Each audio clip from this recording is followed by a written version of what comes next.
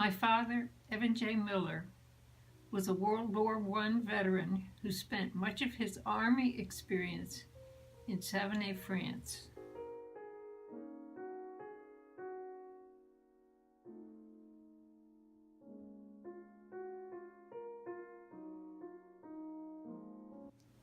Evan was born in Harrisburg, Pennsylvania. His parents were Herman and Martha Miller. Herman Miller was the librarian for the State Senate of Pennsylvania. He also was a real estate developer and wanted to establish a community for people that were fitting with him. Martha was a Quaker, and she spoke with her friends using thee and thou. She was a scholar, and she had very many activities in the community. She wasn't proud. When she worked at the church at volunteer work, she would go to Woolworths 5 and 10 and get her lunch. The parents were very interested in education, and they wanted Evan and his siblings to go to college. Evan went to public school first, and then later he went to a private school in Harrisburg. When he was 8 years old, he was interested in photography. After Evan finished high school, he enrolled in Princeton University. And that was the time when the First World War began, 1914. And the student body at Princeton was really impacted by the thoughts of joining the other countries in the war. Evan finished Princeton several months after the war started, and he decided he wanted to go to a person who could help him get into the military.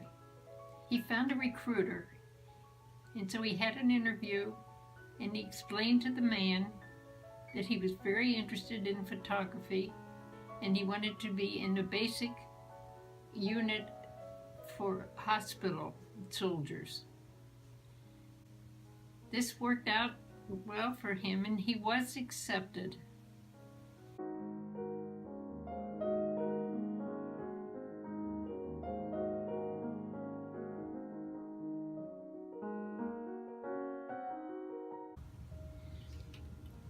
Evan's hospital unit was called up for active duty on the 2nd of July. On the 29th, the soldiers boarded the Saratoga, and they were going to be on their way to France. But there was an unfortunate happening. Evan was sitting on the deck, and he saw another ship headed toward their ship, and he was afraid it was going to hit it. And it did, because the captain of his ship did not give enough of a warning to protect them from being damaged. So they all had to get off of the ship and go back to Governor's Island, where they stayed for several weeks. They were waiting for a new ship, and finally it was ready. It was called the Finland. It was a much better ship than the Saratoga. The Saratoga had rats and vermin, and it wasn't clean at all. Now, on these ships, they didn't have mattresses. They usually had to sleep on canvas. And Evan always tried to get to the top bunk because he figured that's where he would be the most comfortable. They were crossing the Atlantic, and when they got fairly close to France, somebody said there was a submarine in the area. They got into gear, and they were fighting with these submarines, and they felt pretty sure that they had really damaged one of them. And then the fight calmed down, and they were almost there to the coast of France. And everybody was feeling very excited. The ship went up the water to one of the cities in France on the coast, and then they had to take a truck to drive down to Savenay, and that's where their work was going to be as soldiers at the Army Hospital.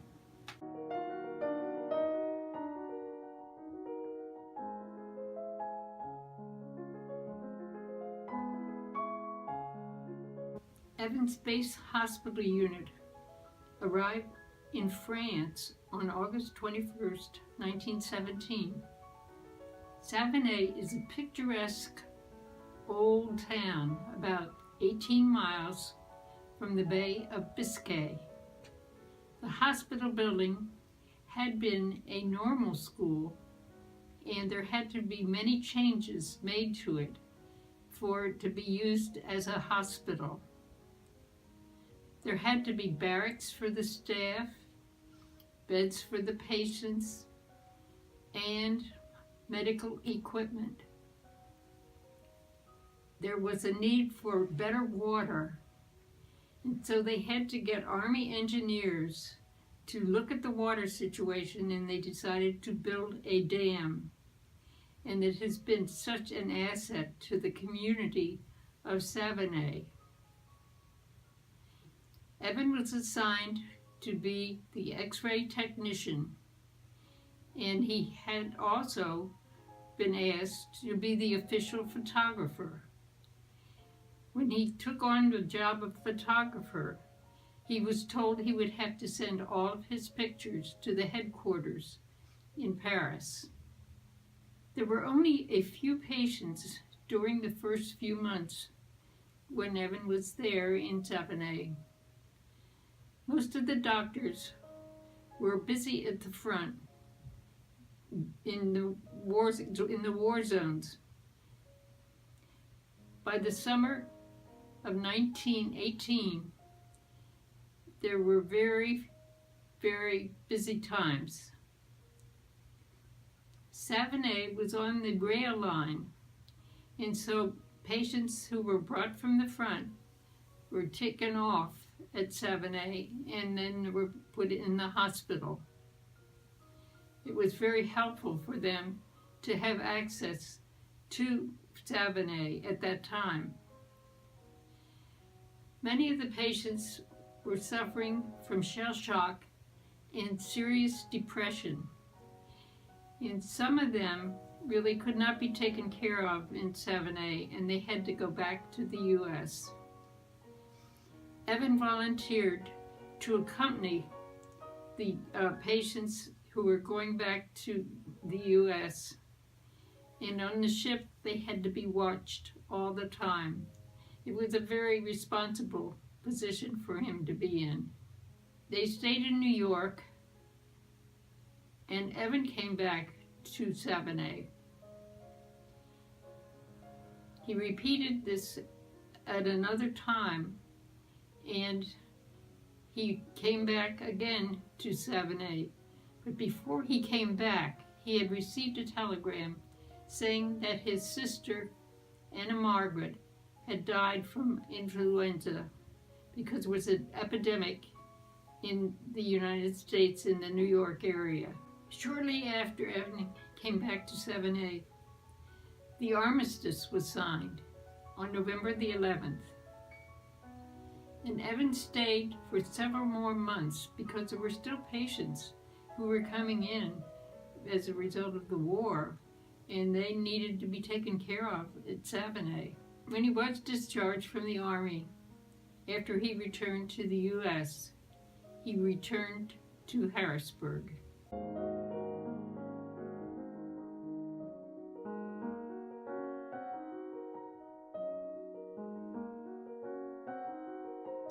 In the spring of 1984, Evan was 87 years old, and he expressed a desire to visit Savenay one more time. My husband and my sister Ruth and I agreed to accompany him. We flew to Paris. We rented a car, so we were able to drive to Savenay. Evan wanted to go back to the former hospital building, which had been taken back as a normal school as it was before the war. The head of the school was in his office when they arrived at that building, and he welcomed them. Evan was looking for his x-ray room and found it. The head of the school introduced us to Madame Camille Huguenot, a retired teacher who was planning to write a history of the base hospital and its effect on the town of Savenay during World War I. Evan offered to send Madame some of his pictures for her new book on Savenay, and she was very, very pleased. As a result, they kept in touch with each other and maintained a friendship. She said that there would be a celebration when the book was published in a few years. After we left Savenay, we drove to the coast to the town of Le Bowl. It's a resort town where the doctors and nurses went for R&R during their wartime years at Savenay. Evan always wanted to go there, so he reserved rooms for 2 nights. We had a farewell dinner at the gourmet restaurant that was memorable. We each had a lobster that was prepared in 3 different ways. The first part of the meal was lobster bisque, then we had lobster salad, and then we had sautéed lobster. My father said it was one of the best meals that he ever had, and he was so glad we'd stopped there. We flew back to Paris the next day, and then we returned to the U.S.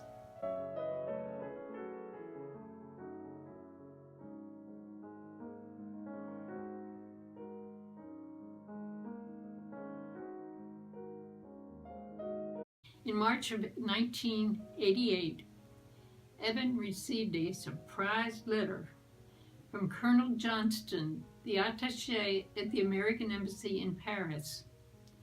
He said that the residents of Savenay wanted to honor the Americans who came to Savenay in 1917 and 1918. There was going to be an exposition that was planned in Savenay, and a dedication ceremony was arranged for July 2nd. The town of Savenay invited Evan to be the guest of honor at this celebration.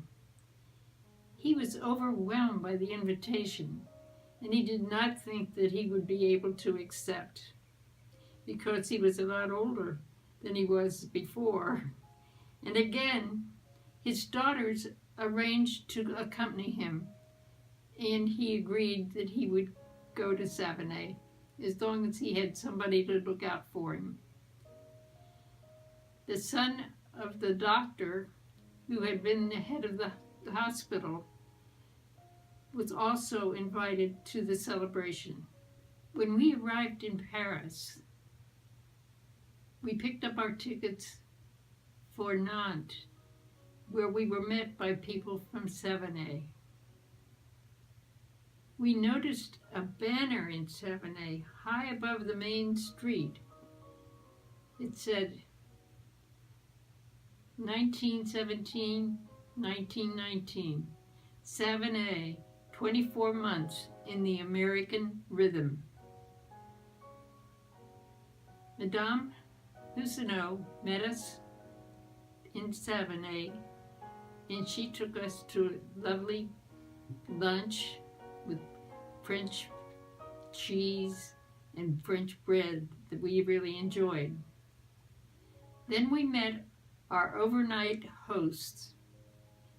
My father and my sister stayed with one French family, and I stayed with another family. And our hosts had arranged for a dinner party that night where there would be 12 people. And actually, when it got to be midnight, we had champagne.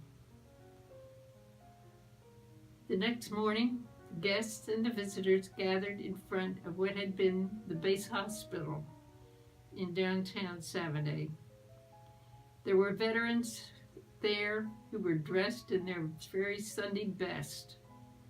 The dedication of the memorial tablet was unveiled by Evan and the mayor.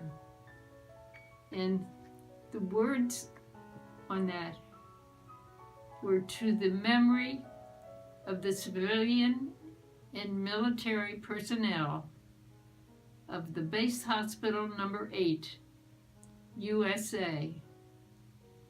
They came as allies and left us as friends. It was very moving to have a military band there because they played the Star Spangled Banner and the Marseillaise. After that, we walked to the City Hall to see the special exhibit that the people of Savenay had been working on for many, many months. There were historical documents, American flags, photographs, and mannequins dressed in military uniforms. There was a mannequin soldier lying on a cot with a nurse in a white uniform standing beside him. There was a collection of memorabilia like baseballs and bats. My father then moved to a table with the mayor, at which time he was given a print of Savenay and a copy of the newly published book called Savenay. Many of the guests wanted Evan's autograph, and so he was very willing to give them that. After that event was over, seeing the exhibit, there was a large luncheon.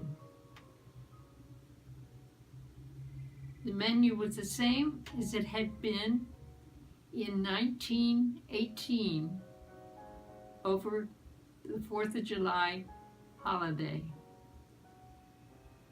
It included lamb with mint sauce, potatoes with butter, jello, peas, tomato and lettuce salad, fruit compote, cake, and coffee. It was really a very good meal. My sister and I then were presented with very large bouquets of flowers, and the people in Savenay wanted to show their appreciation for our bringing Evan to Savenay. We were overwhelmed by the gesture. We left Savenay the next day, followed by a police escort.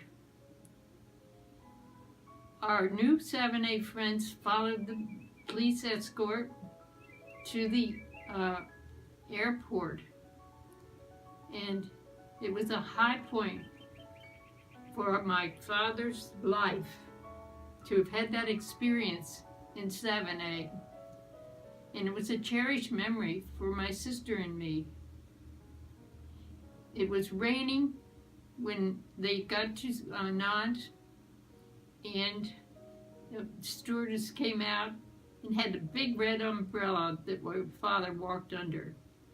And then they were very aware of the connection of that downpour with the memories that they had of those days in Savenay when my father was there, and they were sad to see him go. Evan lived to be 100 years old, and he had a lot of energy and hope when he was in his later years. And it was remarkable to see how active he was. He was involved with a lot of the community organizations. And one man said about him that he captured history with his camera. In the Harrisburg paper, at the time he had his obituary, they said he had been the greatest historian in Dauphin County for the 20th century. He found meaning in his life from the time he was a little boy, and he never stopped serving his community and his family. So his coming to Savenay was at an older age, and it certainly was one of the top experiences in his life. There will be a celebration of the centennial of World War I in Savenay, France, on the 24th of June of this year. There will be a street in Savenay that is going to be named for my father. It will be called Rue Evan J. Miller. There will be a new historical exhibit focused on America's entry into World War I at the Army Heritage Center Foundation at 950 Soldiers Drive in Carlisle, Pennsylvania. It will open on April 6th, and the family of my father will be attending.